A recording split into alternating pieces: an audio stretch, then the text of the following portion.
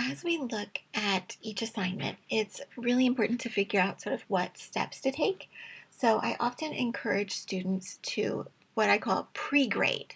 The grading criteria is out there and available, and we can um, look at what we've done as we finish up whatever assignment it is, a discussion, a paper, anything that has criteria. We can look at it and see what grade we would give ourselves. We could say, do I see that material present in this? So we have first what we get from looking at session 5. And then I also copy this information into the dashboard, into our announcements, so that it is in one spot. So for our reflection paper, we get the information that we need to cover. We quickly go through these courses. What are we learning about writing a paper? And then it's going to give us some of those details, like write a 3-page paper reflecting on your experiences. And these are some questions you may want to utilize. I like to think of them as stepping stones and then see which ones are the most important to you or the most fruitful for what you want to explore. And then we have, of course, that it needs to be 3 pages, but in APA format, and we need to incorporate at least 2 outside credible sources into our paper. Credible resources are things like what we looked at with our academic paper for session 4, where we are including peer-reviewed books and journals if at all possible. So once we've written that, we can then go to due dates and grades. So we've logged in to Blackboard, and then we go to whichever course we're looking at, and that's where we're going to look at the left-hand sidebar, and we're going to pick due dates and grades. And as you can see, there are a lot of different ones.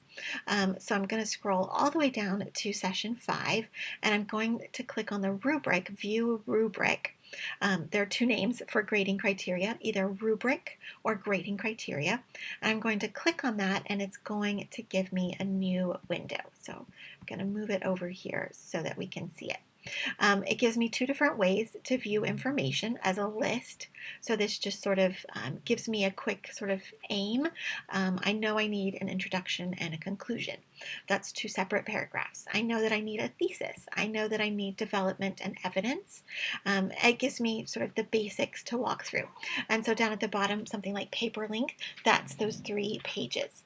But then, if I really want to dive into it and say, okay, well, I know I have a thesis, but where would that thesis fall in this list of numbers?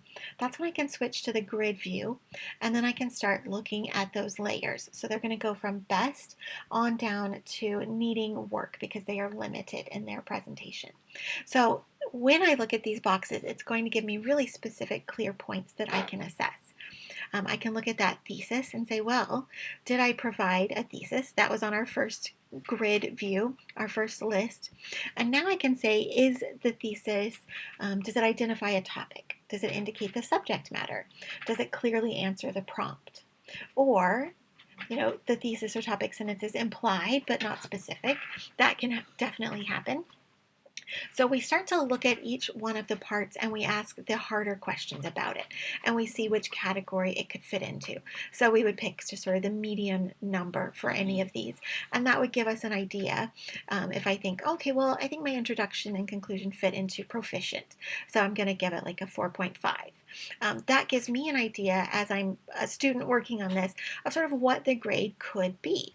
I like it because I tend to start my paper with all of this sort of information, but then I get busy, right? And I get distracted, and then I also, as I explore, I may find that I'm looking at other avenues or I'm going down bunny trails.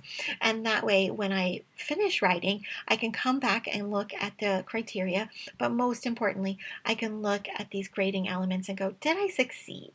Did that idea I started with, did it turn into something like a clear thesis or any of these particular points? So that to me is one step that I often take for my own self, just because it's tricky to always have to rely on someone else and wonder, what is the teacher going to do? How are they going to respond to this?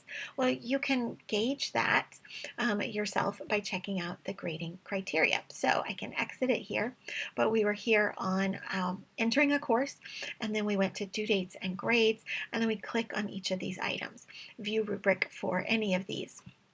So even our session 1 5-paragraph paper, the same thing. It's going to give us a rubric. And you'll find that some rubrics are going to match up. A general paper rubric, this is pretty much the same, but the numbers may be different based on the type of paper it is. As you can see here, the proficient, intro, and conclusion are higher in the number value for this particular paper because it doesn't need outside resources. So those kinds of things can vary a little or a lot depending on what we're looking at. But it's your chance to go in and say, well, what does that look like? What sort of parts and pieces am I looking at as I go into that assignment?